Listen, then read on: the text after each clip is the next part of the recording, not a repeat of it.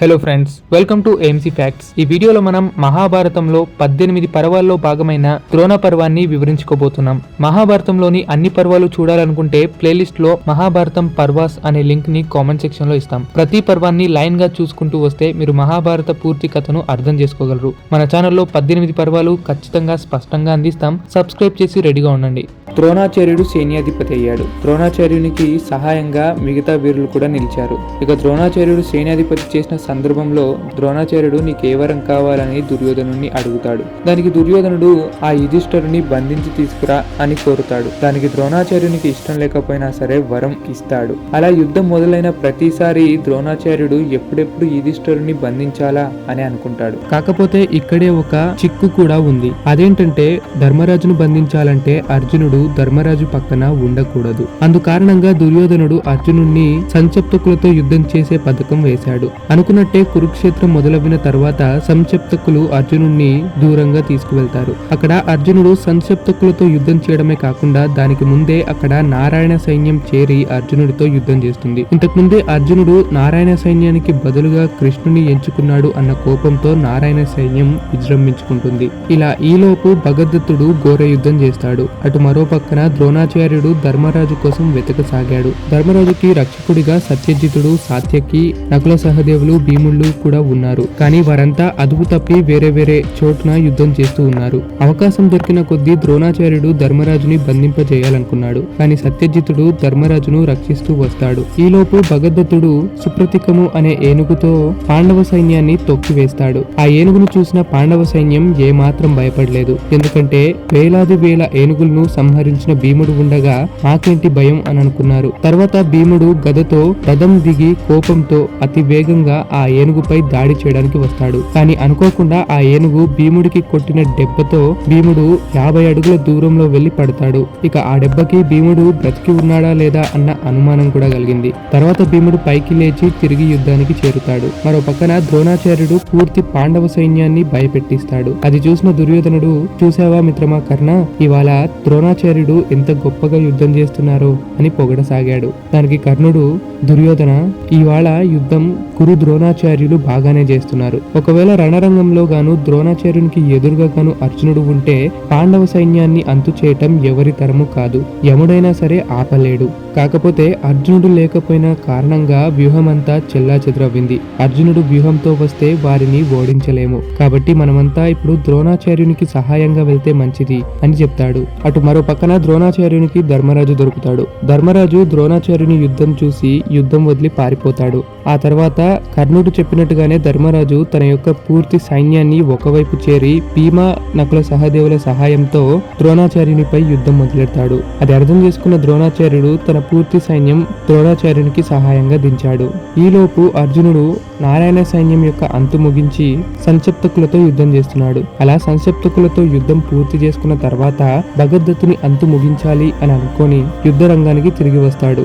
ఇక భగదత్తుడు సుప్రతీకము అనే ఏనుగుతో పెద్ద పెద్ద అడుగులు వేస్తూ అర్జునుడి ముందు వస్తాడు. అర్జునుడిని చూసిన భగదత్తుడు ఎంతగానో సంతోషిస్తాడు. ఎందుకంటే శ్రీకృష్ణుడు భగదత్తుని యొక్క తండ్రిని చంపాడు. భగదత్తుని తండ్రి పేరు నరకాసురుడు.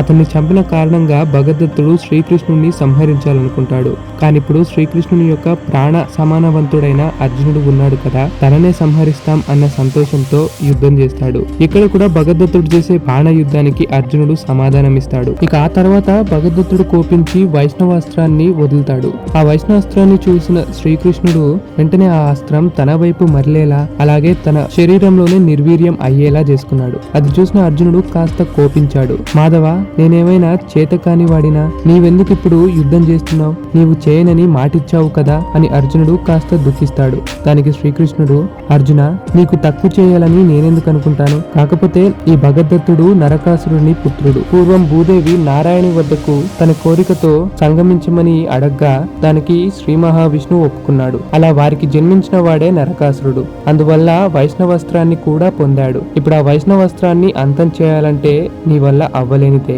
అందు కారణంగా నాలో నిర్వీర్యం చేసుకున్నాను అని సమాధానమిస్తాడు. అది అర్థం చేసుకున్న అర్జునుడు ఏమాత్రం ఆలస్యం చేయకుండా తన దగ్గర ఉన్న పూర్తి శక్తిని ఉపయోగించి ఒక పదునైన బాణముతో సుప్రతీకము అనే ఏనుగుపై దాడి చేస్తాడు. ఆ దాడితో బాణం సుప్రతీకము ఏనుగుని తాకి తన తల పగిలేలా నేలపై పడిపోతుంది. ఇక భగదత్తుడు ఏనుగు మీద నుంచి పడిపోతాడు. మరో అస్త్రముతో భగదత్తుని యొక్క తలని అర్జునుడు ఖండిస్తాడు. కౌరవ సైన్యం అంతా యుద్ధంలో ఓడిపోతూ వస్తుంది. భీముడు, ధర్మరాజు, నకుల సహదేవులు, సాత్యకి వీరంతా కలిసి విజృంభించుకుంటారు. కౌరవ సైన్యం అంతా కర్ణుడి వెనకాల దాక్కుంటుంది. దృష్టద్యుమ్న, సాత్యకి కలిసి కర్ణుడిని ఎదుర్కొంటారు. వారిద్దరిని ఓడించి కర్ణుడు ముందుకు వెళ్తాడు. ఆ తర్వాత శిఖండి, దృష్టద్యుమ్న, భీమ, సాత్యకి అందరూ కర్ణుడిని ఎదుర్కొనే ప్రయత్నం చేస్తారు. ముందుగా భీమ, దృష్టద్యుమ్న, సాత్యకి యొక్క బాణాలను కర్ణుడు నిర్వీర్యం చేస్తాడు. ఆ తర్వాత అర్జునుడు తిరిగి రాగా కర్ణార్జునుల యుద్ధం కూడా మొదలవుతుంది.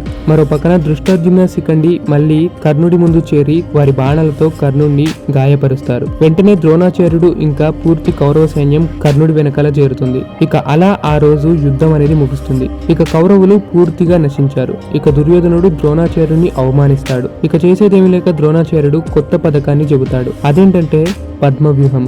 కానీ ఈ వ్యూహాన్ని ఛేదించాలంటే అర్జునుడి వల్ల చాలా సులువు అవుతుంది. అయితే దుర్యోధన, నీవు గనక అర్జునుడిని ఎక్కడైనా దూరానికి పంపిస్తే ధర్మరాజే కాదు పూర్తి పాండవ సైన్యాన్నే బంధింపజేస్తాను అని మాటిస్తాడు. అప్పుడు సంచప్తకులు ముందుకు వచ్చి, మేము అర్జునుడి చేతిలో యుద్ధం ఓడిపోయాం, కానీ మా వాళ్ళలో ఎంతో మంది వీరులు చనిపోయిన కోపంతో మేము అర్జునుడిని వధించాలనుకుంటున్నాం. ఒకవేళ అది మా వల్ల అవ్వని పని అయినా సరే వారి చేత మరణిస్తాం, కానీ యుద్ధ భూమిలో మాత్రం అర్జునుడికి రానివ్వము. కాబట్టి మీరు మమ్మల్ని ఆదేశించండి అని కోరుతారు. సంచప్తకుల మాటలకు సంతోషించి దుర్యోధనుడు వారిని అర్జునుడికి దూరంగా తీసుకెళ్లే పనిని అంటగడతాడు. ఇక ద్రోణాచార్యుడు కూడా అనుకున్నట్టే పద్మవ్యూహాన్ని సృష్టిస్తాడు. ఇక అర్జునుడిని సంచప్తకులు దూరంగా తీసుకువెళ్తారు. పద్మవ్యూహాన్ని ఎవరూ ఛేదించలేరు అన్న కారణంగా దుర్యోధనుడు ఎంతో సంతోషిస్తాడు. పాండవ సైన్యం మెల్లిమెల్లిగా పద్మవ్యూహంలో చిక్కుకొని మరణిస్తూ వస్తారు. భీమ, నకుల సహదేవులు ఎవరు ప్రయత్నించినా పద్మవ్యూహాన్ని ఛేదించలేకపోతారు. అప్పుడే అభిమన్యుడు చెబుతూ, ఒకప్పుడు తను సుభద్ర కడుపులో ఉన్నప్పుడు అర్జునుడు సుభద్రకి పద్మవ్యూహం గురించి వివరించసాగాడు. ఆ సమయంలో అభిమన్యుడు పూర్తిగా విన్నాడు. కాకపోతే అర్జునుడు ఎలా పద్మవ్యూహంలో చేరాలో చెప్పాడు, కానీ ఎలా బయటికి రావాలో చెప్పలేదు. ఇలా ఈ విషయమే అభిమన్యుడు ధర్మరాజుతో చెప్తాడు. దానికి సంతోషించిన ధర్మరాజు, పర్వాలేదు, నీవైతే వ్యూహంలోకి చేరు, ఆ తర్వాత మేమంతా నీ వెనకాల వస్తాం, అందువల్ల వ్యూహాన్ని ఛేదించగలము అని చెప్పి అభిమన్యుకి ధైర్యం చెప్తారు. దానికి సంతోషించిన అభిమన్యుడు పద్మవ్యూహాన్ని ఛేదించడానికి ఒప్పుకుంటాడు. అలా అనుకున్నట్టే అభిమన్యుడు పద్మవ్యూహానికి చేరుతాడు. తన వెనకాలే పూర్తి పాండవ సైన్యం, భీమ, నకుల సహదేవులు వంటి వీరులంతా ఉంటారు. అలా అభిమన్యుడు పద్మవ్యూహంలోకి అడుగు పెట్టగానే దూరం నుంచి ఒక బాణం వచ్చి పూర్తి పాండవ వీరులకు అడ్డుకుంటుంది. పాండవులంతా ఆ బాణాన్ని దాటలేరు. ఎందుకంటే ఆ బాణం ఇంకెవరిదో కాదు, జయద్రథునిది. జయద్రథుడు ఒకప్పుడు ద్రౌపదిని అపహరించాడు. ఆ సమయంలో పాండవులు జయద్రథునికి గాయపరిచి అవమానిస్తారు. పాండవులను చంపే వరమివ్వమని శివుణ్ణి కోరుతాడు.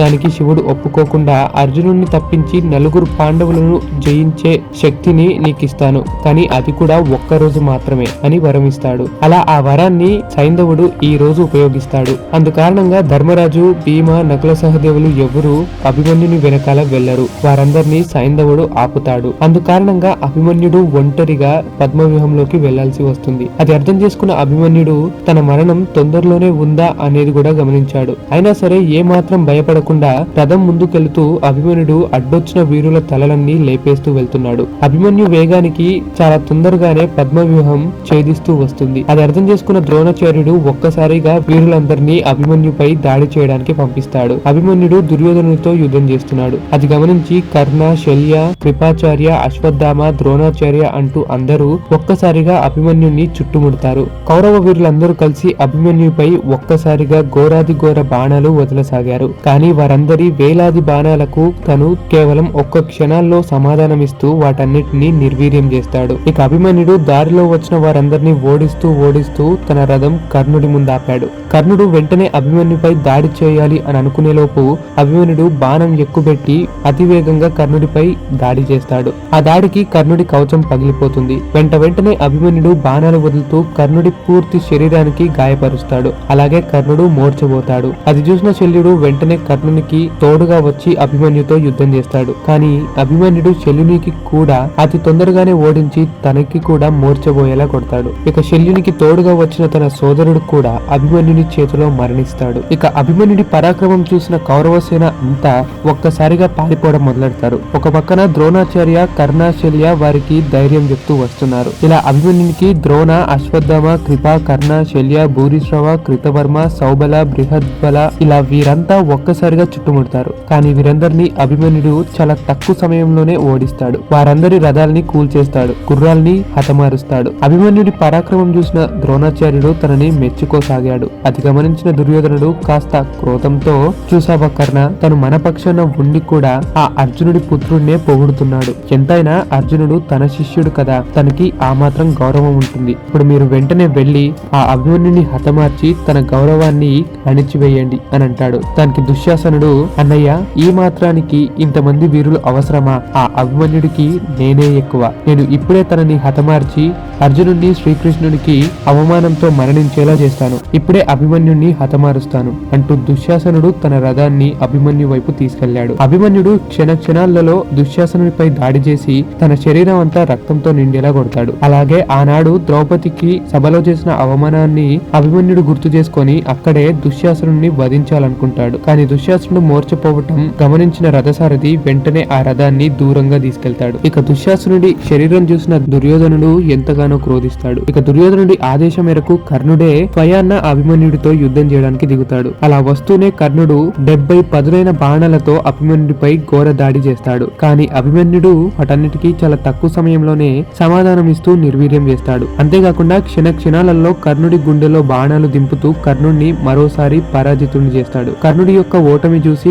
పక్కనే ఉన్న కర్ణుడి సోదరుడు అభిమన్యుపై ఘోరమైన దాడి చేస్తాడు. కానీ అభిమన్యుడు కేవలం ఒక్క బాణంతోనే కర్ణుడి సోదరుని చంపేస్తాడు. అయితే కర్ణుడి తమ్ముడు చనిపోయిన వెంటనే కర్ణుడు క్రోధం, బాధ ఎన్ని ఉన్నా అభిమన్యుడిని ఏమీ చెయ్యలేము అన్నట్టుగా తన పూర్తి సైన్యంతో పారిపోయాడు. అటు మరో పక్కన సైంధవుడు, అదే మన జయద్రథుడు, పూర్తి పాండవ సైన్యాన్ని భయపెట్టేస్తున్నాడు. ధర్మరాజు, నకుల సహదేవుడు, భీముడు, ద్రుపదరాజు, విరాటరాజు, దృష్టద్యుమ్న, సాత్యకి వీరందరూ ఒకేసారి కలిసిన తనని ఓడించలేకపోతున్నారు. వారందరినీ తాను ఒక్కసారిగా గాయపరుస్తాడు. దానికి కోపించిన ధర్మరాజు సైంధవుని యొక్క ధనుస్సు విరిచేస్తాడు. దాంతో మరో ధనుస్సును అందుకున్న సైంధవుడు మళ్లీ విజృంభించి యుద్ధం చేస్తాడు. మరో పక్కన భీముడు కూడా పదునైన బాణాలతో సైంధవునిపై ఘోర దాడి చేస్తాడు. అలా సైంధవుడు, భీముడు రెచ్చిపోయి ఘోర యుద్ధం చేయగా భీముడి రథం పూర్తిగా నశిస్తుంది. అటు మరో పక్కన అభిమన్యుడి యుద్ధం ఘోరంగా నడుస్తుంది. కర్ణుడి ఓటమి చూసిన కర్ణుడి పుత్రుడైన వృషసేనుడు అభిమన్యుడిని చంపాలన్న కోపంతో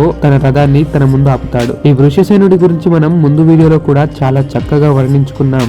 ఎవరైనా చూడకపోయి ఉంటే ఎండ్ స్క్రీన్స్ కామెంట్స్ లో పెడతాం, తప్పక చూడండి. ఇలా అభిమన్యు, వృషసేన మధ్య ఘోర యుద్ధం మొదలవుతుంది. అలా వృషసేనుడు చేస్తున్న యుద్ధానికి కర్ణుడే దిగి వచ్చాడా, లేక అభిమన్యుడు చేసే యుద్ధానికి అర్జునుడే దిగి వచ్చాడా అన్నట్టు రణరంగం అంతా నిప్పులతో కక్కుతుంది. వృషసేనుడి తేజస్సు, తన బాణ ప్రయోగం విధానం చూస్తుంటే ఇక అభిమన్యు, వృషసేన మధ్య సింహగర్జనే జరుగుతున్నట్టు ఉంటుంది. కానీ వృషసేనుడు ఎంతవరకు ఆపినా సరే అభిమన్యుడు మరింత విజృంభించి వృషసేనుని యొక్క రథాన్ని పూర్తిగా నశించేలా చేస్తాడు. అలాగే తన యొక్క ధనుస్సు విరిచేస్తాడు. ఇక అభిమన్యుడి చివరి దెబ్బకి వృషసేనుడు మూర్చబోతాడు. అది చూసి సారథి వెంటనే వృషసేనునికి దూరంగా తీసుకువెళ్తాడు. అలా కౌరవ వీరులు ఎవరు ఎదుర్కోలేని సమయంలో ఎంతో మంది రాజులు అభిమన్యుపై దాడి చేస్తారు. వారందరి శబ్దాలతో వారి తలలు, ముఖాలు చూడకుండానే వారందరి ప్రాణాలు గాల్లో కలిసిపోతున్నాయి. ఎప్పుడు బాణాలు వదులుతున్నాడో తెలియదు, కానీ వారు మరో క్షణంలోనే చనిపోతారు అని తెలియకుండానే అలా వారి రథం కదిలిన వెంటనే అందరూ మరణిస్తున్నారు. ఏ ఒక్క రాజు మిగలట్లేదు. వేలాది వేల సైన్యం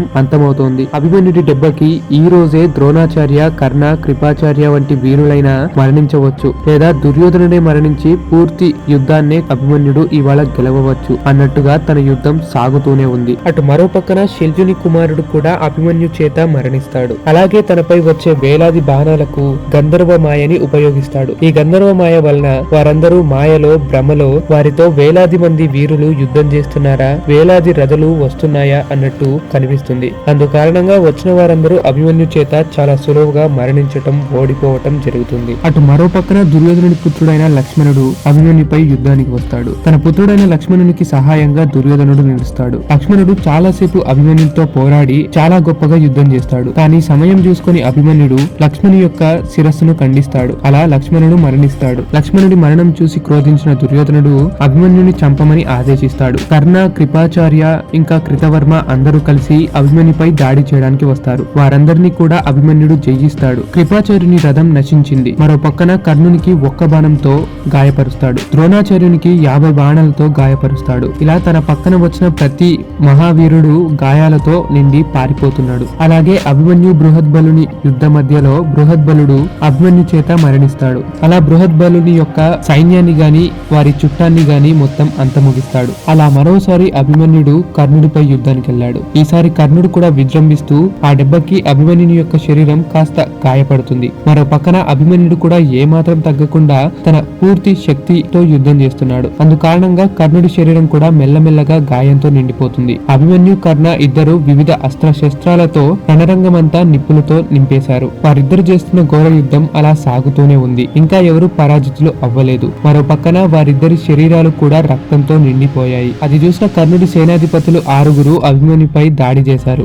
కానీ వారందరూ మరణించారు. మరో పక్కన అభిమన్యుడు మగధరాజు యొక్క కుమారుని కూడా చంపేస్తాడు. అలా దుశ్శాసనుని కొడుకు అభిమన్యుపై యుద్ధానికి వస్తాడు. కానీ అభిమన్యుడి పరాక్రమానికి దుశ్శాసుని పుత్రుడు కూడా యుద్ధం వదిలి పారిపోతాడు. ఒక పక్కన దుర్యోధనుడు అభిమన్యుని చంపండి అంటూ ఇతర వీరులందరినీ అవమానిస్తూ తిడుతుండగా, మరో పక్కన కర్ణుడు లేదు మిత్రమా దుర్యోధన, అభిమన్యుడు పరాక్రమవంతుడు, 16 ఏళ్ల బాలుడు కాదు, స్వయాన్న అర్జునునికే మించిన కుమారుడు అంటూ పొగడసాగాడు. దానికి దుర్యోధనుడు మరింత మండిపడతాడు. మరో పక్కన దుర్యోధనుడు ద్రోణాచార్యుని వద్దకు వెళ్లి అభిమన్యుని చంపే ఉపాయం ఆలోచించమని కోరుతాడు. దానికి ద్రోణాచార్యుడు, దుర్యోధన, అభిమన్యునికి అర్జునుని వద్ద కవచ ధారణ అనే విద్య ఉంది. అది తన పుత్రునికి ఉపదేశించినట్టు తెలుస్తోంది. బహుశా అందుకే అభిమన్యునికి ఏ చిన్న గాయం అవ్వకుండా తను ఇంత ఘోరాది ఘోర యుద్ధాన్ని చేస్తున్నాడు. కావున మనందరం కూడా అభిమన్యుణ్ణి ఓడించలేము. అయితే అభిమన్యుణ్ణి చంపాలంటే అధర్మం ఒక్కటే మిగిలింది. అది కూడా ఒక్క క్షణం కూడా ఎవరు దారి తప్పకుండా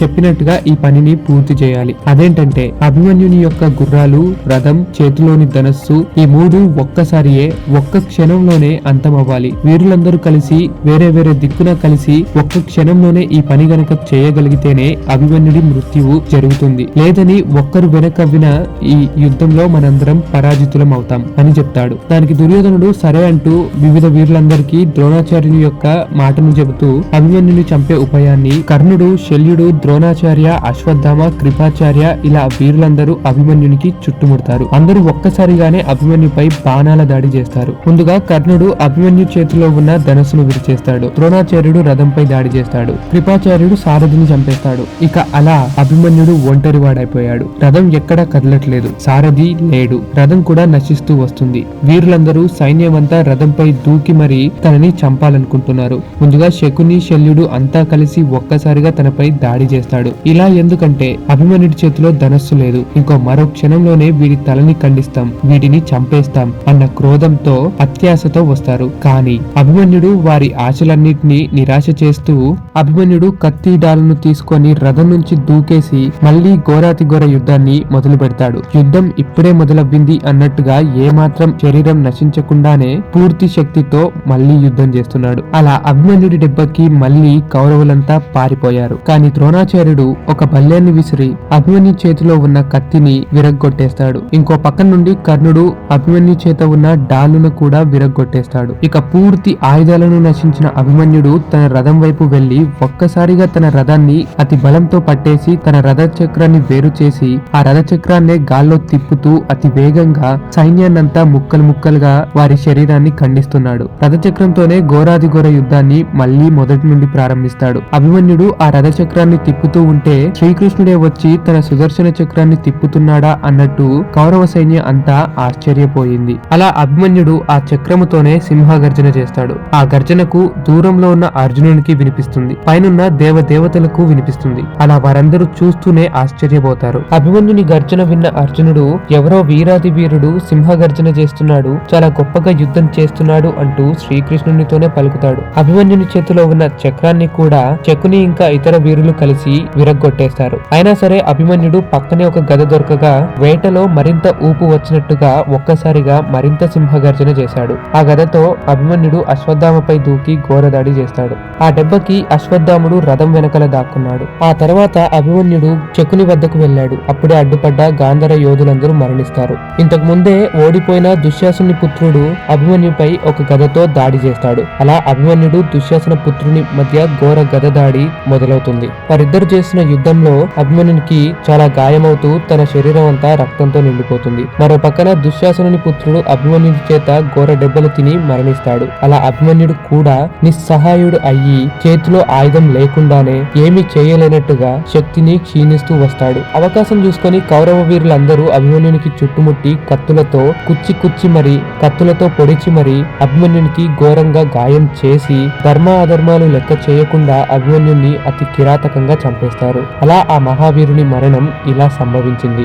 అర్జునుడు సంక్షప్తకులను ఓడించి రాత్రి సమయాన్న తిరిగి తన శిబిరానికి చేరినప్పుడు ప్రతిరోజు అభిమన్యుడు నా కంటబడేవాడు. అలాగే తన యుద్ధ విద్యలు తను చేసిన పరాక్రమాన్ని తెలిపేవాడు. కానీ ఇవాళెందుకో నా పుత్రుడు రాలేదు అని కంగారు పడుతూ వెంటనే తనని వెతకసాగాడు. అప్పుడు ధర్మరాజు మౌనాన్ని పాటిస్తుండగా ఏమైంది, అభిమన్యుడు ఎక్కడా అని అర్జునుడు చాలా చిన్నగా ప్రశ్నించాడు. దానికి ధర్మరాజు అభిమన్యుడు మరణించాడు అని చెబుతాడు. అప్పుడు అర్జునుడు ఆ మరణానికి కారణమయ్యింది ఎవరు? ఇంతమంది సోదరులు ఉండగా పరాక్రమవంతులైన పాండవ వీరులు ఉండగా నా అభిమన్యుణ్ణి ఎవరు వధించగలరు? నాకు సమానమైన పుత్రుణ్ణి వధించేంత శక్తి సామర్థ్యం ఎవరికి కలిగింది అంటూ అర్జునుడు కోపించాడు. దానికి ధర్మరాజు అభిమన్యుని మరణానికి ముఖ్య కారణం జయద్రథుడు. ఎందుకంటే తాను శివుడి నుండి వరాన్ని పొంది మా పూర్తి పాండవ సైన్యాన్ని పద్మవ్యూహానికి చేరకుండా ఆపివేశాడు. ఒకవేళ మేము గనక పద్మవ్యూహాన్ని చేరి ఉంటే అభిమన్యుడు ఖచ్చితంగా ప్రాణాలతో బయటికి వచ్చేవాడు అని ధర్మరాజు తెలుపుతాడు. దీనితో క్రోధించిన అర్జునుడు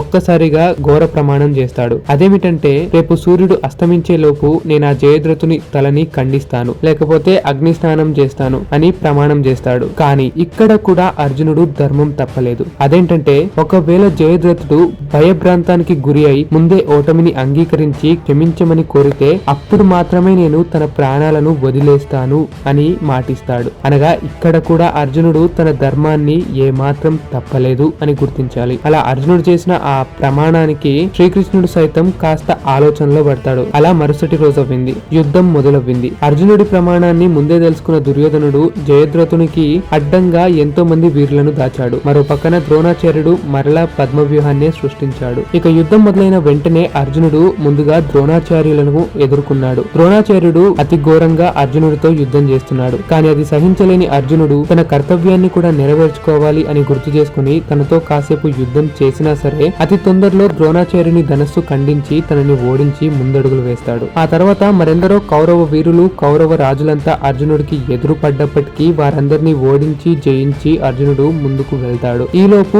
అలంబసుడు భీమునితో యుద్ధానికి వస్తాడు. అలంబసుని యుద్ధానికి విరక్తి పుట్టిన భీముడు ఘోర యుద్ధం చేస్తాడు. అప్పుడే ఘటోత్కచుడు అలంబసుని ఎదుర్కొని తనని అతి ఘోరంగా ఓడిస్తాడు. ఇంకో పక్కన కౌరవులందరినీ ఓడించిన అర్జునుడు విజృంభించుకుని అతి త్వరగా పద్మవ్యూహాన్ని ఛేదిస్తూ వస్తున్నాడు. అది చూసి సహించలేని దుర్యోధనుడు ద్రోణాచార్యుడు ఇచ్చిన కవచాన్ని తోలుకొని అర్జునుడితో యుద్ధానికి వస్తాడు. దానికి అర్జునుడు కాస్త నవ్వుకొని దుర్యోధనుడితో ఘోర యుద్ధం చేస్తాడు. అలా ఈ యుద్ధంలో దుర్యోధనుడు కాస్త ఎక్కువ సమయమే నించున్నప్పటికీ అర్జునుడి చేత ఘోరంగా ఓడిపోతాడు. ఈలోపు ఘటోత్కచుడు అలంబసుని వధిస్తాడు. ఇంకో పక్కన యాదవ వీరుడైన కృతవర్మ విజృంభించుకుని పాండవ సైన్యానికి అంతుముట్టిస్తాడు. భీముడితో భీకర యుద్ధాన్ని చేస్తాడు. అయితే పాండవ పక్షాన ఉన్న యాదవ వీరుడైన సాత్యకి కూడా ఏమాత్రం తగ్గకుండా కౌరవులకు చిత్తులుగా ఓడిస్తూ వస్తాడు. తాను కూడా అర్జునుడికి సహాయంగా వెళ్ళాలి అని గ్రహించుకొని తాను కౌరవ వీరులందరికీ ఎదుర్కొనే ప్రయత్నం చేస్తాడు. అప్పుడే ద్రోణాచార్యుడు సాత్యకి ఎదుర్కొంటాడు. సాత్యకి ద్రోణాచార్యుడితో భీకర యుద్ధాన్ని చేస్తాడు. ఈ జరిగే యుద్ధంలో ద్రోణాచార్యునికి విరక్తి పుట్టేలా తన ధనస్సు విల్లు మళ్ళీ విరిగిపోయేలా అతి భీకర యుద్ధాన్ని చూపిస్తూ విజృంభించుకుంటాడు సాత్యకి. అలా సాత్యకి ద్రోణాచార్యుని దాటుకొని వ్యూహంలోకి వెళుతూ అర్జునుడిని వెతకసాగాడు. మరో పక్కన ధర్మరాజు భయభ్రాంతానికి గురయ్యాడు. సమయం గడుస్తూ వస్తుంది. అర్జునుడు ఇంకా జయద్రథుడిని హతమార్చలేదు. అందుకారణంగా అసలు అర్జునుడు ఇవాళ జయద్రథుడిని చంపుతాడా లేదా అన్న భయంతో ధర్మరాజు భీముడిని పిలిచి భీమా నీవు కూడా వెళ్ళి అర్జునుడిని వెతుకు, తనకి సహాయం చేయంటూ కోరుతాడు. కానీ మరో పక్కన ధర్మరాజుకి ద్రోణాచార్యుడు బందీ చేస్తాను అని మాట కుడిచ్చాడు. అందుకారణంగా ద్రోణాచార్యుడిని విడిచి పాండవ వీరులు తనని దూరం చేయలేరు. కానీ తప్పనిసరిగా భీముడు అర్జునుడిని వెతకసాగాడు. మరో పక్కన ద్రోణాచార్యుడు ధర్మరాజుకి వెతికినా సరే ధర్మరాజుతో యుద్ధం చేసే అవకాశం వచ్చినప్పటికీ ధర్మరాజుని ఓడిస్తాడు కూడా ద్రోణాచార్యుడు. ఎంత ఓడించినా వచ్చినా తన శిష్యుడే తనవాడే అంటూ ద్రోణాచార్యుడు ధర్మరాజుకి పారిపోయే అవకాశాలు కూడా ఇస్తాడు. ఈ లోపు భీముడు ద్రోణాచార్యునితో యుద్ధం చేసి ద్రోణాచార్యునికి దాటి కౌరవ సైన్యంలోకి వస్తూ ఉంటాడు. అది గమనించిన కర్ణుడు భీముణ్ణి ఎదుర్కోవాలన్న ప్రయత్నముతో అడ్డగిస్తాడు. అప్పుడే భీముడు పదునైన బాణాలతో కర్ణుడిపై దాడి చేసి తన ధనస్సును విరగ్గొడతాడు. అంతేకాకుండా రథం కూడా నశించేసరికి కర్ణుడు వృషసేనుడి రథంపై పారిపోతాడు. ఆ తర్వాత భీముడు విజృంభించుకొని కౌరవ వీరులతో ఒక్కసారిగా దూకి మరీ యుద్ధం చేస్తూ అర్జునుడి వైపు వెళ్తాడు. కానీ ఈలోపు కర్ణుడు మరో రథంతో భీముణ్ణి అడ్డగిస్తాడు. ఇంతకు ముందైతే నాకు సమయం కలిసి రాక పారిపోయాను, కానీ ఈ మాత్రానికి ఇది నీ సామర్థ్యం అంటూ విర్రవీగిపోకు, దా ఇప్పుడు యుద్ధం చెయ్యి అంటూ కర్ణుడు భీముణ్ణి యుద్ధానికి ఆహ్వానిస్తాడు. ఆ దెబ్బతో భీముడు కూడా విజృంభించుకొని బాణ పరంపరలు కురిపిస్తూ ఉంటాడు. భీముని దెబ్బకి కర్ణుడి ధనస్సు విరిగిపోతుంది, రథం నశిస్తుంది, రథసారథి మరణిస్తాడు, గుర్రాలు కూడా మరణిస్తాయి. అందువల్ల కర్ణుడు పక్కనే ఉన్న మరో రథం ఎక్కి భీముడిపై యుద్ధం చేస్తాడు. ఈలోపు దుర్యోధనుడు తన కౌరవ సోదరుడు ఒకరిని పంపిస్తాడు. కానీ భీముడు విజృంభించి ఆ దుర్యోధనుని సోదరుని హతమారుస్తాడు. ఆ దెబ్బకి కర్ణుడు భీముడిపై ఘోర యుద్ధాన్ని చేస్తాడు. కానీ భీముడు కర్ణుడు ఎక్కిన మరో రథాన్ని కూడా నాశనం చేసి రథసారథి యొక్క తలని ఖండించి గుర్రాలను సైతం చంపేస్తాడు. కర్ణుడి స్థితి చూసిన దుర్యోధనుడు మరో కౌరవ సోదరుని పంపిస్తాడు. కానీ అతడు కూడా భీముడి చేతిలో కిరాతకంగా మరణిస్తాడు. ఈ లోపు కర్ణుడు మరో రథాన్ని సిద్ధం చేసుకుని అక్కడికి చేరుతాడు. అంతేకాకుండా దుర్యోధనుడి 5 కౌరవ సోదరులు భీమునికి చుట్టుముడతారు. వారందరినీ సింహగర్జనతో భీముడు అతి తక్కువ సమయంతోనే హతమారుస్తాడు. అది చూసి తట్టుకోలేని కర్ణుడు భీమునిపై బాణ పరంపర కురిపిస్తూనే ఉంటాడు. ఈలోపు భీమకర్ణుల మధ్య ఘోర యుద్ధం మొదలవ్వి ఇద్దరి శరీరాలలో రక్తం వస్తూ ఉంటుంది. అయినా సరే ఏమాత్రం తగ్గనట్టుగా ఇద్దరు యుద్ధాన్ని చేస్తూనే ఉన్నారు. భీముణ్ణి ఎలాగైనా సరే ఓడించి తీరాలి అంటూ కర్ణుడు యుద్ధాన్ని తప్పుకోలేదు. మరోవైపు భీముడేమో ఎన్ని బాణాలు గుండెలో తిగినా భుజబలం అంటూ ఏమాత్రం క్షీణించకపోయేసరికి కర్ణుడిపై యుద్ధం చేస్తూనే ఉన్నాడు. భీముడి రథాన్ని నాశనం చేస్తాడు, రథసారథిని చంపేస్తాడు. ఈలోపు దుర్యోధనుడు తన యొక్క మరో 6 కౌరవ సోదరులను భీముని వైపు పంపిస్తాడు. భీముడు ఆ 6 సోదరులను కూడా అక్కడే బలిస్తాడు. ఆ దెబ్బకి కోపించిన కర్ణుడు మళ్లీ భీముని వైపు యుద్ధం చేస్తూనే ఉన్నాడు. మరోవైపేమో కర్ణుని కోసం దుర్యోధనుడు కౌరవులను పంపుతూనే ఉన్నాడు. ఇలా పంపేసరికి చివరిగా ఆ ఒక్క రోజున భీముడు మొత్తం 20 కౌరవులను బలిదీశాడు. ఆ 20 కౌరవులు కూడా కర్ణుడికి సహాయం చేయాలన్న ఆలోచనతోనే వచ్చారు. కానీ వారిని కర్ణుడు కాపాడుకునే స్థితిలో కూడా పడకుండా వారందరూ గాల్లో కలిసిపోయారు. ఇలా 20 మంది కౌరవులు ఒక్కసారిగా మరణించటంతో దుర్యోధనుడు బాధపడసాగాడు. దుర్యోధనుడి బాధను చూసిన కర్ణుడు తట్టుకోలేకపోయాడు. అందువల్ల భీముడి కవచం పగలగొడతాడు. మరో పక్కన భీముడు కూడా కర్ణుడి కవచాన్ని విరగ్గొట్టేస్తాడు. భీముడి రథం నాశనం అవటంతో మరో రథాన్ని ఎక్కి కర్ణుడిపై యుద్ధం చేస్తూ ఉంటాడు. ఇంకా కర్ణుడు వెంటనే భీముని చేత ఉన్న ధనస్సును విరగ్గొడతాడు. అయితే ఇక్కడే కర్ణుడు భీముడిని ఓడించవచ్చేమో అన్న ఆలోచన ఉన్నప్పటికీ ఎప్పుడైతే భీముడు ధనస్సు కోల్పోతాడో అప్పుడే ద్వంద్వ యుద్ధానికి వస్తాడు. ఆ యుద్ధాన్ని ఎవరైనా తట్టుకోగలరా? అందుకే ఒక్కసారిగా భీముడు కర్ణుడి రథంపై సింహంలా దూకాడు. ఆ దెబ్బకి కర్ణుడు ఏం చేయాలో తెలియక భయపడి రథం కింద దాక్కున్నాడు. అప్పుడే కర్ణుడు ఎక్కడ మాయమయ్యాడా అని వెతికిన భీముడు కర్ణుడిని రథం వెనకాల చూస్తాడు. అలా రథం వెనకాల కర్ణుడిపై దాడి చేయాలన్న ఆశతో వచ్చిన భీమునికి ఒక్కసారిగా శరీరంపై బాణాలు తాకుతాయి. కర్ణుడు ఒక్కసారిగా విజృంభించుకొని బాణాలను వదులుతూనే ఉన్నాడు. ఆ దెబ్బకి భీముడు బాణాల నొప్పితో మరణించిన సైన్యం మధ్యలో కలిసిపోయాడు. అప్పుడు కర్ణుడు ఏకంగా భీమునిపై గురి ఎక్కుబెట్టి తనని హతమార్చాలనుకుంటాడు. ఇవాల్టితో భీముడు మరణించేవాడేమో. కర్ణుడు తన తల్లికిచ్చిన మాట ప్రకారం ఇక్కడ భీముడిని వదిలేస్తాడు. కానీ అంత సులువుగా కాదు. ఓరీ భీమా, నీకు ఈ యుద్ధం అవసరమా? ఇంట్లో కూర్చొని హాయిగా తింటూ ఉండు, తిండిపోతా అంటూ అవమానించి అక్కడి నుంచి కర్ణుడు సాధించినట్టుగా చివరిగా తనను ఓడించానన్నట్టుగా వెళ్లిపోతాడు. అలా భీముడు ఘోరాతి ఘోర అవమానాన్ని చూసిన అర్జునుడు తట్టుకోలేకపోయాడు. అందుకారణంగా అర్జునుడు కర్ణుణ్ణి ఎదుర్కొనే ప్రయత్నం చేస్తాడు. అప్పుడే అర్జునుడిని చూసిన అశ్వత్థాముడు కర్ణునికి తోడుగా వచ్చి అర్జునునితో యుద్ధం చేస్తాడు. అర్జునుడు అశ్వత్థామునిపై బాణ పరంపరలు కురిపించే వెంటనే అశ్వత్థాముడు అక్కడి నుంచి తప్పుకుంటాడు. ఈలోపు భూరిశ్రవుడు సాత్యకిని ఓడిస్తాడు. సాత్యకి ఓటమి చూసిన భూరిశ్రవుడు సాత్యకి తలని ఖండించబోతాడు. అప్పుడే అర్జునుడు బాణం విసిరి భూరిశ్రవుని చేతిలో ఉన్న కత్తిని నాశనం చేస్తాడు. కోపించిన భూరిశ్రవుడు అర్జునునిపై అరుస్తాడు. అప్పుడు భూరిశ్రవుడు కోపించి వెనక నుండి దాడి చేయటం నీకు ధర్మమా అంటూ అర్జునుడిని అవమానం చేస్తాడు. దానికి అర్జునుడు నేను చేసిన దాంట్లో ధర్మమే ఉంది. నేను జయద్రథుణ్ణి చంపాలి, మరో పక్కన నా మిత్రుని కాపాడుకోవాలి. నేను ధర్మాన్ని సరిగ్గానే పాటిస్తున్నాను. మీరే అధర్మ పక్షుడైన దుర్యోధనుని వైపు నించున్నారు. అయినా మన మిత్రుడిపై ఎవరో దాడి చేస్తుంటే రక్షించకూడదా? ఇంకా మీ వారే రావట్లేదంటే నిన్ను రక్షించడానికి ఎవరు రాలేదు కదా అని అర్జునుడు చెప్తాడు. తన ధర్మాన్ని నిరూపించిన అర్జునుడిని అర్థం చేసుకున్న భూరిశ్రవుడు ఇంకా ఈ యుద్ధంతో లాభం ఏంటి అని ఒక్కసారిగా భూమిపై కూర్చొని తపస్సు చేయసాగాడు. అది గమనించిన సాత్యకి ఒక్కసారిగా భూరిశ్రవుడిపై తల నరికెబోయాడు. అది చూసిన శ్రీకృష్ణుడు, అర్జునుడు, ఇతర కౌరవ పాండవ సైనికులు అందరూ కలిసి వద్దు అని గట్టిగా అరిచారు. కానీ అదేది వినకుండా సాత్యకి తన అహంకారంతో భూరిశ్రవుని తలని ఖండిస్తాడు. అలా తలని ఖండించి సింహగర్జన చేస్తూ సాత్యకి మాట్లాడుతూ అభిమన్యుని మరణం మర్చిపోయారా అంటూ సాత్యకి వీరగర్జన చేస్తాడు. అలా అర్జునుడు జయద్రథుని కోసం వెతకసాగాడు. వచ్చిన వీరులందరినీ ఎదుర్కొంటున్నాడు. సైంధవుడిని రక్షించడానికి కౌరవులు ఎంతగానో కష్టపడతారు. అటువంటి సమయంలో అర్జునుడు అందరినీ దాటుకొని ముందుకెళ్తాడు. కానీ కర్ణుడు అతి భయంకరంగా అర్జునుడిని అడ్డుకుంటూ దుర్యోధనుడికి ముందుగానే ప్రతిజ్ఞ చేసి ఈ అర్జునుడిని ఇవాళ ఎడ్డి పరిస్థితుల్లో కూడా సైంధవుని వద్ద చేరనివ్వను అని అంటాడు. అందుకారణంగా కర్ణుడిని అడ్డుకునే వీరుడంటూ లేడు. అర్జునుడు కర్ణుడితో యుద్ధం చేస్తున్నాడు. కర్ణుడు అతి భయంకరంగా నలుదిక్కుల నుంచి అడ్డుకున్నట్టుగా కనిపిస్తున్నాడు. అలా భీకరంగా సాగుతున్న ఆ యుద్ధపు సమయంలో శ్రీకృష్ణుడు ఇటువంటి సంఘటనలను ముందే ఊహించాడు. అయితే సాత్యకిని పిలిచి, ఓ సాత్యకి, వెళ్ళి ఆ కర్ణుడితో యుద్ధం చేయి అని పంపుతాడు. దానికి అర్జునుడు ఆశ్చర్యంగా, మాధవ ఏంటిది? కర్ణుడి వంటి పరాక్రమ వీరునితో సాత్యకి యుద్ధం చేయటం ఏంటి? సాత్యకి కర్ణుడి ముందు నిలుస్తాడా అని అర్జునుడు ఆశ్చర్య భయంతో అడిగాడు. దానికి శ్రీకృష్ణుడు, అర్జున, సాత్యకి మహా పరాక్రమవంతుడు, నీవేమీ దిగులు చెందకు, తను చూసుకుంటాడులే అని శ్రీకృష్ణుడు చెబుతాడు. దాంతో అర్జునుడు సైంధవ వధ కోసం ఏర్పాటుతో సిద్ధంగా ఉన్నాడు. అయితే శ్రీకృష్ణుడు సాత్యకిని కర్ణుడిపై యుద్ధానికి పంపక ముందే ఒక శంఖాన్ని పూరించాడు. ఆ శంఖపు శబ్దాన్ని విని దారకుడు అక్కడికి చేరాడు. దారకుడు రథసారథి. అంతేకాదు శ్రీకృష్ణుని రథాన్ని మోసుకొని బలమైన అశ్వాలను, మాయాగల రథాన్ని తీసుకువచ్చాడు. అయితే ఆ రథం స్వయాన్న శ్రీకృష్ణునిదే. అటువంటి రథాన్ని శ్రీకృష్ణుడు సాత్యకి ఇచ్చి కర్ణుడితో యుద్ధం చేయమన్నాడు. సరేనని సాత్యకి అదే రథంపై ఎక్కి కర్ణుడిని అతి భయంకరంగా అడ్డుకున్నాడు. కర్ణ సాత్యకిల మధ్య ఘోరంగా యుద్ధం జరుగుతుంది. ఇద్దరు పలు విధాలుగా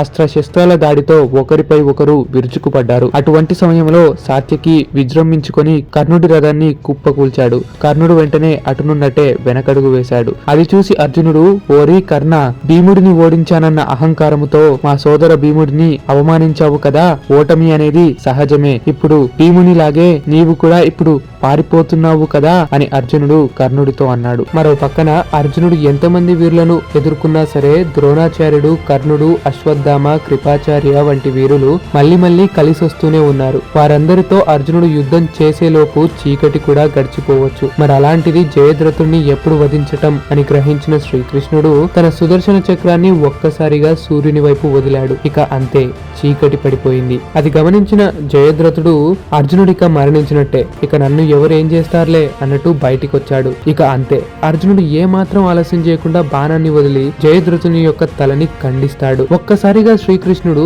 తన మాయాతో సుదర్శన చక్రాన్ని తీసివేస్తాడు. అప్పుడు వెంటనే శ్రీకృష్ణుడు, అర్జున, తన తల నేల వైపు పడకూడదు, లేకపోతే నీవు సైతం మరణిస్తావు అని చెప్తాడు. ఎందుకిలా అవుతుందంటే, ఎవరైతే జయద్రథుని చంపుతారో అలాగే ఎప్పుడైతే ఆ తలకాయ నేల మీద పారేస్తారో వారు మరణిస్తారు. వారి తల ముక్కలవుతుంది. ఇదే వారి తండ్రి కోరిన వరం. అందుకారణంగా అర్జునుడు ఆ తలని నేల వైపు పడకుండా ఆపుతూనే ఉంటాడు. చివరిగా శ్రీకృష్ణుని ఆదేశం మేరకు ఆ తలని తన తండ్రి వైపు గురిగొడతాడు. ఆ తల వెళ్లి తపస్సు చేసుకుంటున్న తన తండ్రి శరీరం మీద పడుతుంది. వెంటనే ఆ తలని చూసి భయపడిన తన తండ్రి దాన్ని నేల మీదికి తోసేస్తాడు. ఇక అంతే, వారి తండ్రి కూడా అక్కడే ముక్కలై మరణిస్తారు. అర్జునుడు జయద్రథుడిని వధించాక ఆ రోజు రాత్రి వరకు కురుక్షేత్ర యుద్ధం సాగుతూనే ఉంది. అయితే అదే సమయంలో ఘటోత్కచుడు కూడా విజృంభించుకున్నాడు. ఘటోత్కచుడు భీమసేనుడి పుత్రుడు. ఆ రోజుకి ఘటోత్కచుడు కురుక్షేత్రంలో ఎంతో మంది కౌరవ సైనికులను సంహరిస్తాడు. ముందుగా చెప్పాలంటే ద్రోణాచార్యుడు జయద్రథుడిని రక్షించకపోవడంతో దుర్యోధనుడు ఎంతగానో కోపిస్తాడు. అందుకారణంగా ద్రోణాచార్యుడు పాండవ సైన్యానికి అంత ముగించాలని అనుకుంటాడు. అలా సామాన్య సైనికులపై బ్రహ్మాస్త్రాన్ని వదలబోతున్నాడు. అది చూసిన సప్తఋషులంతా కలిసి, ద్రోణాచార్య, సామాన్య సైనికులపై బ్రహ్మాస్త్రమా, వారిపై దివ్య శక్తులు, అస్త్రాలు వదలటం మంచిది కాదు అంటూ నిందించి ద్రోణాచార్యునికి చెప్తారు. దాంతో ద్రోణాచార్యుడు బ్రహ్మాస్త్రాన్ని వదిలివేసి సామాన్య బాణాలతోనే సైనికులకు వధిస్తూ వస్తాడు. ఇంకో పక్కన ఘటోత్కచుడు విజృంభించుకుని కౌరవ సైనికులపై ఘోర యుద్ధం చేస్తూ ఉంటాడు. ముందుగా అశ్వత్థాముడు ఎదురుపడతాడు. ఘటోత్కచుడు అశ్వత్థామతో యుద్ధానికి వెళ్తాడు. ఇలా ఘటోత్కచ అశ్వత్థాముల యుద్ధం భీకరంగా సాగుతూనే ఉంది. ముందుగా ఘటోత్కచుడు కొన్ని పదునైన బాణాలను అశ్వత్థామపై వదులుతాడు. ఆ బాణాలన్నిటికీ సమాధానమిస్తూ అశ్వత్థామ నిర్వీర్యం చేస్తాడు. తిరిగి అశ్వత్థామ కూడా ఎన్నో బాణాలను వదిలి ఘటోత్కచుడిపై భయంకర యుద్ధాన్ని చేస్తాడు. ఇలా ఘటోత్కచుడు ఇంకా అశ్వత్థామల యొక్క ఘోర యుద్ధం సాగుతూనే ఉంది. మధ్య మధ్యలో ఘటోత్కచుడు మాయా యుద్ధాన్ని ప్రవేశిస్తూ మాయమవుతూ అటు ఇటు తిరగసాగాడు. ఈ యుద్ధంలో కోపించిన అశ్వత్థామ గట్టిగా ఒక బాణాన్ని సరిగ్గా ఎక్కుబెట్టి ఘటోత్కచునిపై వదులుతాడు. ఆ దెబ్బకి బాణం వెళ్లి నేరుగా ఘటోత్కచునికి గుచ్చుకుంటుంది. ఆ గాయం ఘటోత్కచునికి ఎంతగానో నొప్పిస్తుంది. తర్వాత దృష్టద్యుమ్నుడు ఘటోత్కచునికి తోడవుతాడు. అటువంటి సందర్భంలో అర్జునుడు మళ్లీ విజృంభించుకుని కౌరవుల గుండెల్లో వణుకు పుట్టిస్తాడు. ద్రోణాచార్యుడు వంటి వీరుడు కూడా చెయ్యెత్తేసినట్టుగా కౌరవ పక్షం వణికిపోయింది. భీముడు తన గదతో పరుగులు తీసి రాజుల తలలు బద్దలు కొడుతున్నాడు. ద్రోణాచార్యుడు కౌరవ సైన్యాన్ని కాపాడే ప్రయత్నం చేస్తున్నాడు. కానీ అది చేయి జారిపోతూ వస్తోంది. అప్పుడు దుర్యోధనుడు, మిత్రమా కర్ణ, చూస్తున్నావు కదా మన కౌరవుల సైన్యం ఎలా పారిపోతుందో, అర్జునుడు ఎలా విజృంభించుకుంటున్నాడో. ఇప్పుడు కౌరవుల సైన్యాన్ని కేవలం నీవు మాత్రమే రక్షించాలి. ఇంకా అంతా నీ చేతుల్లోనే ఉంది. నీవే పాండవులను వధించాలి అని అంటాడు దుర్యోధనుడు. దానికి కర్ణుడు, మిత్రమా దుర్యోధన, నేను నీకు మాటిస్తున్నాను. ఇవాళ నేను అర్జునుణ్ణి సంహరిస్తాను. పాండవులను తొక్కివేస్తాను. పాండవులలో ముఖ్యమైన వాడు అర్జునుడు. కాబట్టి ముందు వానిని సంహరించి మిగతా పాండవుల అంతు చూస్తాను. ఇవాళ ఇంద్రుడే దిగి వచ్చినా ఓడించి మరీ అర్జునుడిని సంహరిస్తాను. నా శక్తి అస్త్రాన్ని సైతం ప్రయోగిస్తాను అంటూ భీకరంగా పలికాడు. పాండవులను వధించి సమస్త భూమండలాన్నే నేను నిన్ను రాజుగా చేస్తాను దుర్యోధన అని ధైర్యం కల్పించాడు కర్ణుడు. పక్కనే ఇదంతా గురువు కృపాచార్యుడు గమనిస్తున్నాడు. కర్ణుడి మాటలకు గట్టిగా నవ్వుతూ, కర్ణ, నీ వీరత్వం మాటలలోనేనా లేక చేతలో కూడానా? నీవు ఇంతకు ముందు ఏదో పాండవులను ఓడించినట్టు గంధర్వ యుద్ధంలో మొట్టమొదటిగా పరుగు తీసింది నీవే అని మరచితివా? కాబట్టి నీ సామర్థ్యముకు తగ్గ మాటలు పలుకు కర్ణ అని అంటూ కృపాచార్యుడు పలికాడు. దానికి కర్ణుడు, కృపాచార్య, వీరులెప్పుడు గర్జిస్తారే తప్ప వారిని వారే తక్కువ చేసుకోరు. అవును, నేనొక్కడినే చాలు పాండవుల అంతు ముగించటానికి. నా ఈ మాటల వలన మీకు వచ్చిన బాధేమిటి అని అన్నాడు కర్ణుడు. దానికి కృపాచార్యుడు బదులిస్తూ, కర్ణ, నీ మాటలు కట్టిపెట్టు. నాకు నీపై నమ్మకం లేదు. నీవెప్పుడు పాండవులను తక్కువ చేసి మాట్లాడటం, తిట్టటం, నిందించటం తప్ప దేనికి పనికి వస్తావు? విజయం ఎల్లప్పుడూ పాండవులదే. అది ప్రతిసారి జరుగుతూనే ఉంది కదా అని అన్నాడు. కర్ణుడు మండిపడి, కృపాచార్య, నీవు ముసలివాడివి అయిన కారణంగా నీ మెదడు సరిగ్గా పనిచేయట్లేదు. మూర్ఖుడిలా వాగుతున్నావు. నీవు చేతకాని వాడివి. నీలో ప్రతాపమేమీ లేదు. కాబట్టి మరోసారి నా గురించి తప్పుగా మాట్లాడితే నీ నాలుక కోసి వేస్తాను. అయినా కౌరవుల వైపు ఉంటూ పాండవులను మెచ్చుకుంటూ కౌరవులనే భయపెడతావు. నీకిది సమంజసమేనా అని కోపంతో అన్నాడు. అది వింటూ వస్తున్న అశ్వత్థామ కళ్ళు ఎర్ర చేసుకున్నాడు. కోపం నెత్తికెక్కింది. కర్ణుడిపై అమితమైన ద్వేషం మొదలైంది. కర్ణుడి ముందుకొస్తూ, ఓరి మూర్ఖ కర్ణ, ఓరి నీచుడా, ఎవరిపై పడితే వారిపై ఇష్టం వచ్చినట్టు వాగుతూ ఉంటావు. నా మేనమామ కృపాచార్యుడు వాస్తవంగానే మహావీరుడు. నీకు అర్జునుణ్ణి ఏమి చేయడం చేతకాక నా మేనమామను దూషిస్తున్నావు. మరైతే ఇవాళ సైంధవుడిని అర్జునుడు సంహరిస్తుంటే ఏం చేశావు?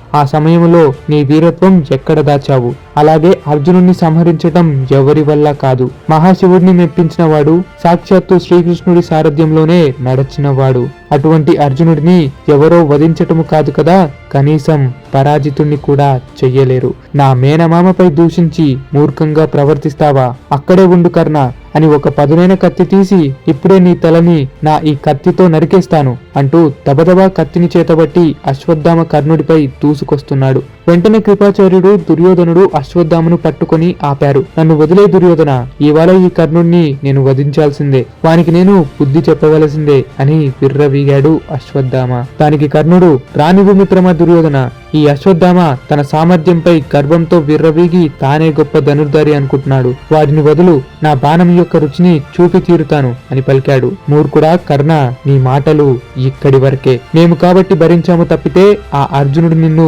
వదలడు. ఆ అర్జునుడి చేత నీవు మరణిస్తావు అంటూ అశ్వత్థామ నిప్పులు కక్కే కళ్ళతో గర్జించే గొంతుతో కోపగించుకొని మరీ కర్ణుడిపై అరుస్తున్నాడు. అప్పుడు దుర్యోధనుడు, మిత్రమా అశ్వత్థామ, కర్ణుడి అపరాధాన్ని మన్నించు, నేను క్షమాపణ కోరుతున్నాను. ఈ యుద్ధంలో మనం విజయం సాధించాలంటే నీ అటువంటి పరాక్రమ వీరుడి యొక్క సహాయం కావాలి కదా, నీవు లేకపోతే విజయం ఎక్కడిది అంటూ దుర్యోధనుడు అశ్వత్థాముడిని శాంతపరిచాడు. అశ్వత్థాముడు శాంతించి తన రథం ఎక్కి మరలా యుద్ధానికై సిద్ధమయ్యాడు. అలా కర్ణుడు అర్జునుడిని వెతుకుతుంటే దుర్యోధనుడు పిచ్చెక్కి మరీ కోపంలో ఉన్నాడు. ఇలా అశ్వత్థాముడు పాండవుల వైపు పక్షవాతం చూపటం, ద్రోణాచార్యుడు పాండవులను ఏమీ చేయకపోవటం ఇదంతా దుర్యోధనుడికి కోపం తెప్పించగా దుర్యోధనుడే తన రథాన్ని స్వయాన్న అర్జునుడిపై ఎదురుగా తీసుకెళ్తున్నాడు. అది గమనించిన కృపాచార్యుడు, పుత్ర అశ్వత్థామ, మన రాజు దుర్యోధనుడు అర్జునుడికే ఎదురెళ్తున్నాడు. తన ప్రాణాలు ఊరికే పనంగా పెడుతున్నాడు. నీవే వెళ్లి తనని రక్షించు అని కృపాచార్యుడు చెప్తాడు. అశ్వత్థామ వెంటనే వెళ్లి దుర్యోధనునికి అడ్డు చెబుతూ ఆ అర్జునుడిని నేనెదుర్కొంటానంటూ బదులిస్తాడు. దానికి దుర్యోధనుడు అశ్వత్థాముని అవమానించి నీవు పాండవుల పక్షవాతి అంటూ పలికాడు. అశ్వత్థాముడు, మిత్రమా దుర్యోధన, నాకు పాండవులపై గౌరవం ప్రేమ ఉండవచ్చు, ఎంతైనా ద్రోణుడి పుత్రుడిని కదా, కానీ ఇవన్నీ యుద్ధ భూమికి రానంత వరకే. అందుకే కదా నా తండ్రి ఇంకా నేను ప్రాణాలు పనంగా పెట్టి మరీ ఈ యుద్ధంలో ఉన్నాం అని అశ్వత్థామ వదిలిచ్చి దుర్యోధనుడిని ఆపుతుంటాడు. అప్పుడే అర్జునుడు కర్ణుడిని సంహరిస్తానంటూ మాధవ రథాన్ని కర్ణుడి వైపు తీసుకువెళ్ళు అని కోరుతాడు. కానీ దానికి శ్రీకృష్ణుడు ఒప్పుకోడు. ఎందుకంటే ఈ సమయంలో గనక అర్జునుడు కర్ణుడి ముందు వస్తే ఖచ్చితంగా కర్ణుడు అర్జునుడినే సంహరిస్తాడు. తన దగ్గర శక్తి అస్త్రం ఇంకా ఉంది కాబట్టి శ్రీకృష్ణుడు అర్జునుడి మాట వినకుండా ప్రస్తుతానికైతే ఘటోత్కచుడిని కర్ణుడి వైపు పంపండి అని చెప్తాడు. శ్రీకృష్ణుని ఆదేశం మేరకు ఘటోత్కచుడు కర్ణుడిపై యుద్ధానికి వెళ్ళడానికి సిద్ధమవుతాడు. ఇంకో పక్కన కర్ణుడు కూడా పాండవ సైనికులతో యుద్ధం చేస్తూ విజృంభించుకుంటాడు. అదే సమయంలో ఘటోత్కచుడు కర్ణుడితో యుద్ధం చేయబోతున్నాడు. ముందుగా కర్ణ ఘటోత్కచుల యుద్ధంలో బాగానే సాగింది. మొదట కర్ణుడు విజృంభించి పై చెయ్యితో ఘటోత్కచునితో యుద్ధం చేస్తున్నాడు. రథం మీద ఉన్నంత వరకు ఘటోత్కచునికి కూడా ఓటమి తప్పదు. కానీ ఘటోత్కచుడు రాక్షసుడు. రాత్రి వేళ వారి శరీరం మరింత పెద్దదవుతుంది. మరింత బలం ఇంకా సామర్థ్యం కలుగుతుంది. దాన్నే పూర్తిగా ఉపయోగించుకుంటూ కర్ణుడి వైపు యుద్ధం చేస్తాడు ఘటోత్కచుడు. కర్ణుడి ముందు మాయ యుద్ధాన్ని ప్రవేశపెడతాడు. తను ఒక చోటు ఉన్నట్టుగా, లేదు లేదు మరో చోటు ఉన్నట్టుగా అంటూ కర్ణుడికి మాయా యుద్ధంలో ఒక ఆట పట్టిస్తాడు. కానీ కర్ణుడు ఏమాత్రం చలించకుండా, ధైర్యాన్ని కోల్పోకుండా ఘటోత్కచుడు ఎన్నిసార్లు కనిపించినా, ఎటువైపు కనిపించినా బాణం నేరుగా వదులుతూనే ఉన్నాడు. అలసిపోకుండా తన దగ్గరున్న శస్త్ర అస్త్రాలను వదులుతూనే ఉన్నాడు. ఇంకో పక్కన ఈలోపు ఘటోత్కచుని మనుషులు, ఇతర చిన్న చిన్న రాక్షసులు కర్ణుడి వైపు యుద్ధానికి వచ్చారు. దాంతో కర్ణుడు మరింత విజృంభించి వారందరి తలలను ఎగొడుతూ వారు చేసే మాయ యుద్ధానికి కూడా అంతం ముగిస్తూ వారందరినీ సంహరిస్తాడు. కోపించిన ఘటోత్కచుడు మరోసారి కర్ణుడి వైపు యుద్ధానికి వెళ్తాడు. మరలా కర్ణ ఘటోత్కచుల యుద్ధం భీకరంగా సాగుతుంది. ఒకవైపేమో కౌరవ సైనికులు ఘటోత్కచుని కాళ్లతో నలిగిపోతున్నారు. మరోవైపు కర్ణుడు ఎన్ని అస్త్రశస్త్రాలు వదిలినా మాయా యుద్ధముతో ఘటోత్కచుడు తప్పించుకుంటున్నాడు. తాను సరైన గురి పెట్టినా సరే తన శరీరం ఒక్కసారిగా అట్నుంచి మాయమవ్వి మరో చోటును చేరుకుంటే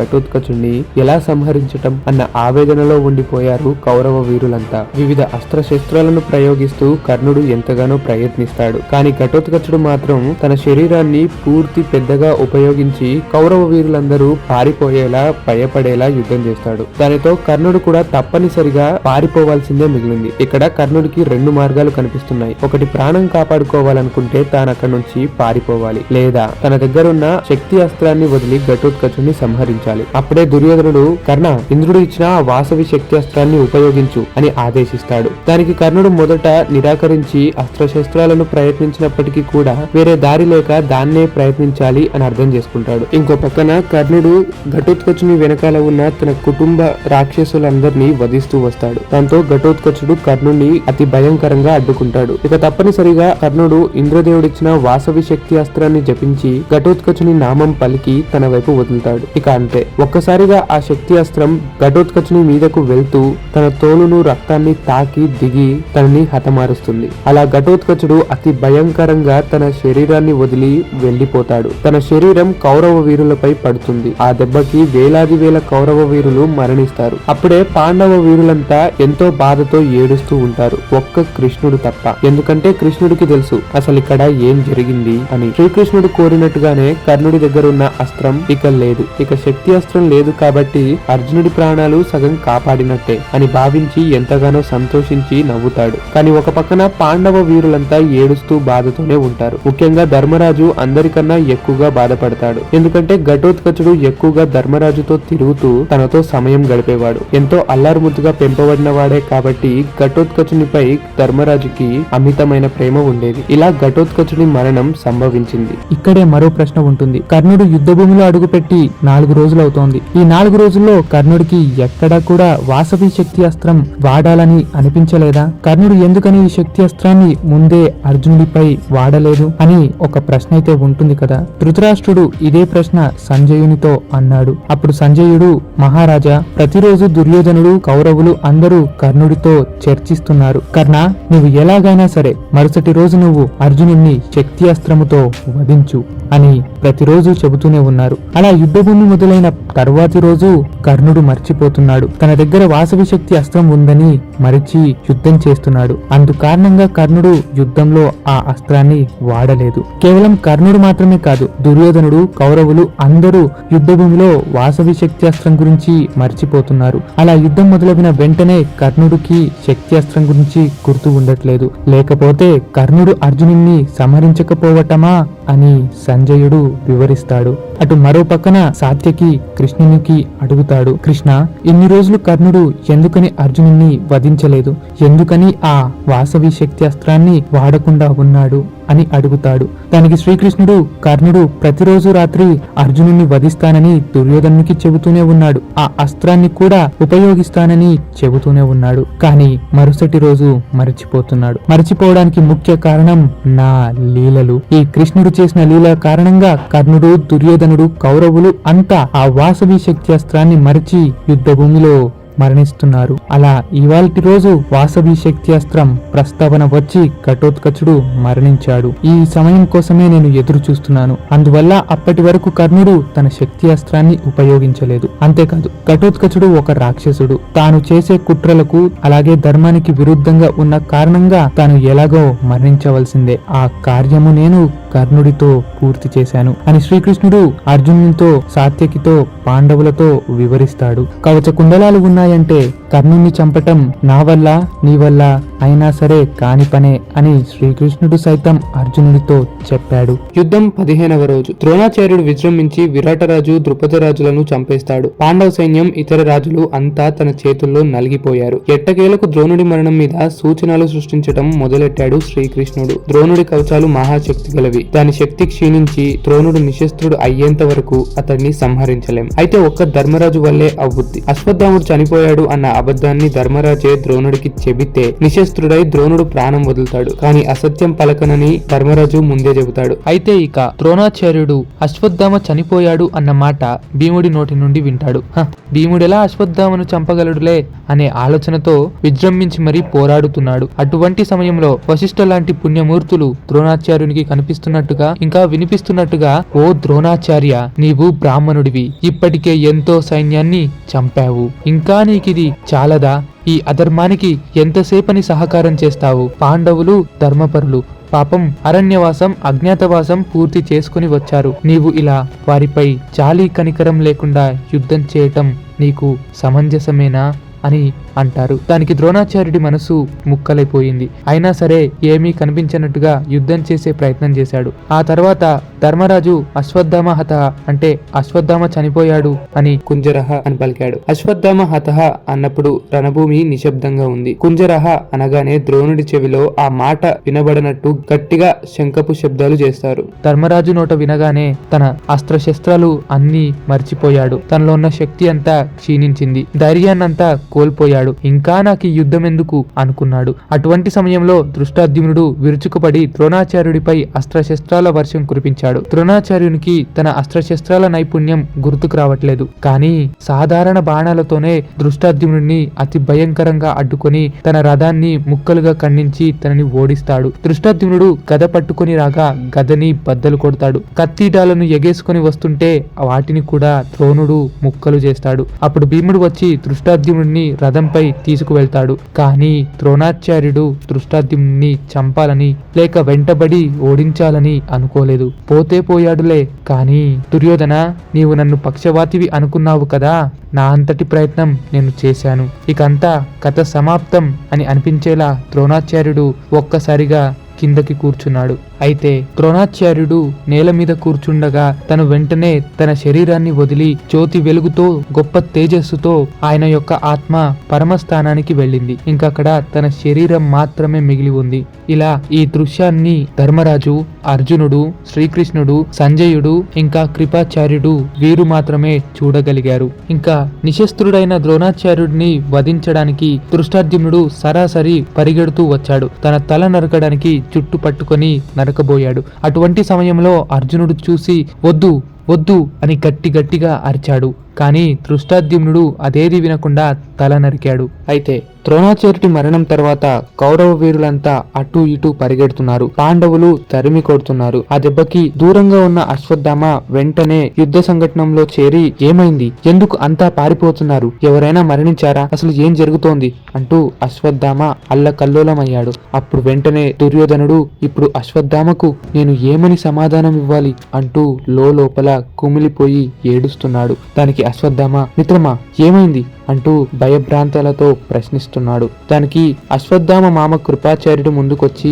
పుత్రా అశ్వత్థామ, ఇప్పుడు నేను చెప్పేది జాగ్రత్తగా విను, నీవు ఏమాత్రం కోపగించుకోకు అని అంటూ ద్రోణాచార్యునికి అశ్వత్థామ చనిపోయాడు అని భీముడు అసత్యం పలికాడు. దానికి ధర్మరాజు కూడా అవుననే చెప్పాడు. అందుకారణంగా ద్రోణాచార్యుడు నిస్సహాయుడు అయ్యాడు. అటువంటి సమయంలో బాధతో ద్రోణాచార్యుడు నేల మీద కూర్చున్నాడు. అప్పుడు ధృష్టద్యుమ్నుడు తన కత్తిని పట్టుకొచ్చి ద్రోణాచార్యుడి తల నరికాడు అంటూ కృపాచార్యుడు జరిగినదంతా వివరించాడు. దానికి అశ్వత్థామ కళ్ళెర్రజేసి ఎంతగానో కోపించాడు. మామా కృపాచార్య, నా తండ్రి ద్రోణాచార్యుడు మరణించాడు అంటే నేను బాధపడను, ఎందుకంటే పుట్టినవారు మరణించక తప్పదు. కానీ ఆ ధృష్టద్యుమ్నుడు, పాండవులు, ధర్మరాజు అధర్మంగా నా తండ్రిని చంపారు అంటున్నావే, ఇదేనా వారు నేర్చిన ధర్మం? వారికి నేను గుణపాఠం చెప్పాల్సిందే. మిత్రమా దుర్యోధన, నేను నీకు మాటిస్తున్నాను, ఇప్పుడు కాకపోయినా సరే ఎప్పుడైనా సరే ఆ పాండవులను నేను వధించి తీరుతాను అని అశ్వత్థామ భీకరంగా ప్రతిజ్ఞ చేశాడు. అటు మరోవైపు అర్జునుడికి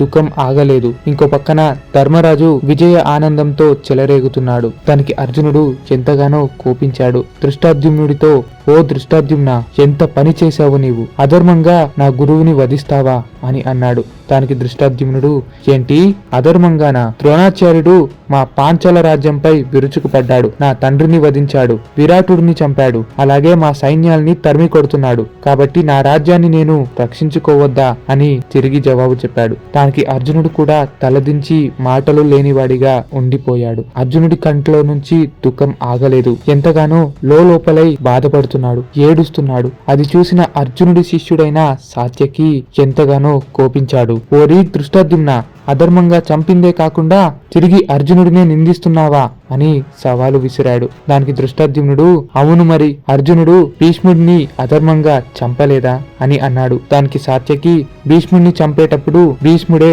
ముక్తిని కోరాడు, భీష్ముడి ఒప్పందంతోనే తన మరణం సంభవించింది. కాని నీవు ద్రోణాచార్యుడిని అధర్మంగా నిశస్త్రుడైన సమయంలో వధించావు అని సాత్యకి అన్నాడు. దానికి ధృష్టద్యుమ్నుడు, మరైతే అర్జునుడు భగదత్తుడిని ఏ విధంగా చంపాడు? భగదత్తుడు తన తండ్రి మిత్రుడే కదా, అలాగే నీవు భూరిశ్రవుడిని ఎలా చంపావు? భూరిశ్రవుడిని నీవు కూడా తల నరికి అధర్మంగా వధించలేదా అని ప్రశ్నించాడు. దానికి సాత్యకి కళ్ళెర్ర చేసుకొని ఎంతగానో కోపిస్తూ, ఎదురు సమాధానం చెబుతావా అంటూ ఇప్పుడే నీ తలని ముక్కలు ముక్కలుగా బద్దలు కొడతానంటూ గద తీసుకొచ్చి రథం నుండి దూకి ధృష్టద్యుమ్నుడిపై ఎగబడ్డాడు. అప్పుడే శ్రీకృష్ణుడు అటు చేరి శాంతింపజేశాడు. అలా ఆ రోజంతా దుఃఖంగానే సాగిపోతుంది. అశ్వత్థామ మరో పక్కన ఎంతో విచిత్ర అస్త్రశస్త్రాలను ఉపయోగించడానికై సిద్ధంగా ఉన్నాడు. పాండవులు దుఃఖంతో నిండిపోతుండగా అశ్వత్థామ అతి భయంకరంగా రథం వేసుకొని ఒక్కొక్కరిని తొక్కుతూ ఎగరేస్తూ రణభూమిలో ప్రవేశించాడు. అందరినీ వధిస్తున్నాడు. దాంతో ధర్మరాజు భయభ్రాంతాలకి గురి అయి అర్జునుడి వెనకాల దాక్కొని అర్జునుడు రక్షిస్తాడేమో అని కోరుకున్నాడు. కానీ అర్జునుడు ఏదైతే ఏముంది, ఇవాళ ఎవరు మరణించినా సరే ఆ అశ్వత్థాముడిని నేను అడ్డుకోను. ద్రోణాచార్యుడిని వధించారు కాబట్టి ఇవాళ అశ్వత్థాముడిని అడ్డుకోవటం నా తరం కూడా కానిదే. కాబట్టి ఇవాళ ధృష్టద్యుమ్నుడిని అశ్వత్థామను నుంచి ఎవరు రక్షిస్తారో చూస్తాను అంటూ అర్జునుడు నిలిచాడు. అలా అర్జునుడి సహాయం లేకపోవటంతో పాండవ సైన్యం అంతా వెనక్కు పారిపోయింది. ఎవరు రక్షణ అంటూ లేకపోయారు. అటువంటి సమయంలో అశ్వత్థామ నారాయణాస్త్రాన్ని సంధించబోయాడు. ఇక ఆ తర్వాత శ్రీకృష్ణుని ఒప్పందంతో అర్జునుడు తిరిగి అశ్వత్థామతో యుద్ధం చేయడానికి ఒప్పుకుంటాడు. ద్రోణుడి మరణానికి క్రోధించిన అశ్వత్థామ నారాయణాస్త్రం వదులుతాడు. అయితే ఈ అస్త్రం నేలపై నిద్రించే వారికి హాని కలగనివ్వదు. అందుకారణంగా పాండవులంతా నేలపై దూకుతారు. దూకని వారు మరణిస్తారు. అహంకారంతో ఇది నన్నేం చేస్తుంది అని భీముడు అలాగే రథంపై ఉన్నాడు. శ్రీకృష్ణుడు భీముడిపై దూకి తనని రథం నుండి కిందకి తోసి కాపాడుకుంటాడు. మరో పక్కన అశ్వత్థామ విజృంభించి ధృష్టద్యుమ్నను ఓడించి పారిపోయేలా చేస్తాడు. సాత్యకిను మూర్ఛపోయేలా కొడతాడు. తన తండ్రి మరణానికి ఎవరిపై కోపించాలో తెలియక వచ్చిన వీరులందరి తలలు ఖండిస్తూ వస్తాడు. పాంచాల దేశానికి వణికిస్తాడు. వీరులు సైనికులంతా అశ్వత్థామ చేతిలో బలి అవుతూ వస్తున్నారు. ఆ దెబ్బకి అర్జునుడు అశ్వత్థాముడి ముందు ప్రత్యక్షమై యుద్ధం చేస్తున్నాడు. ఇద్దరి మధ్య ఘోర యుద్ధం జరుగుతుంది. అర్జునుడు అశ్వత్థాముడిని ఓడిస్తాడు. అందువల్ల క్రోధించి అశ్వత్థాముడు రథం నుండి దూకేసి ధనస్సును వదిలేసి ఇక నేను యుద్ధం చేయను అనుకుంటూ వెనకడుగు వేస్తాడు. ఎందుకంటే ఇన్ని రోజులు అర్జునుడికి మించిన వీరుడిని నేను అన్న అహంకారం అశ్వత్థామకు ఉండేది. కానీ ఇవాళ అర్జునుడు నాపై ఇంత విధ్వంసం చేసేసరికి నేను దేనికి పనికిరాని యుద్ధ వీరుణ్ణి అని తనను తాను నిందించుకుంటాడు. ఆ దెబ్బకి ఋషులు వచ్చి అర్జునుడు స్వయాన్న నరనారాయణుడు అంటే విష్ణు అవతారం కాబట్టి నీవు వారితో యుద్ధం చేయటం వలన నీవు ఓడిపోయావు, అంతేగాని నీకు సామర్థ్యం శక్తి లేదు అని కాదు అని తనని ప్రోత్సహిస్తారు. అందువల్ల అశ్వత్థామ తిరిగి యుద్ధానికి వస్తాడు. ఆలోపు సూర్యుడు అస్తమిస్తాడు. సో చూసారు కదా ఫ్రెండ్స్, ఇదనమాట ద్రోణ పర్వం. ఆ తర్వాత వచ్చే కర్ణ పర్వాన్ని కూడా చూడాలనుకుంటే కామెంట్ లో ఇవ్వబడిన లింక్ ని క్లిక్ చేసి చూడండి. మరో అద్భుతమైన వీడియోతో కలుద్దాం. See you soon again.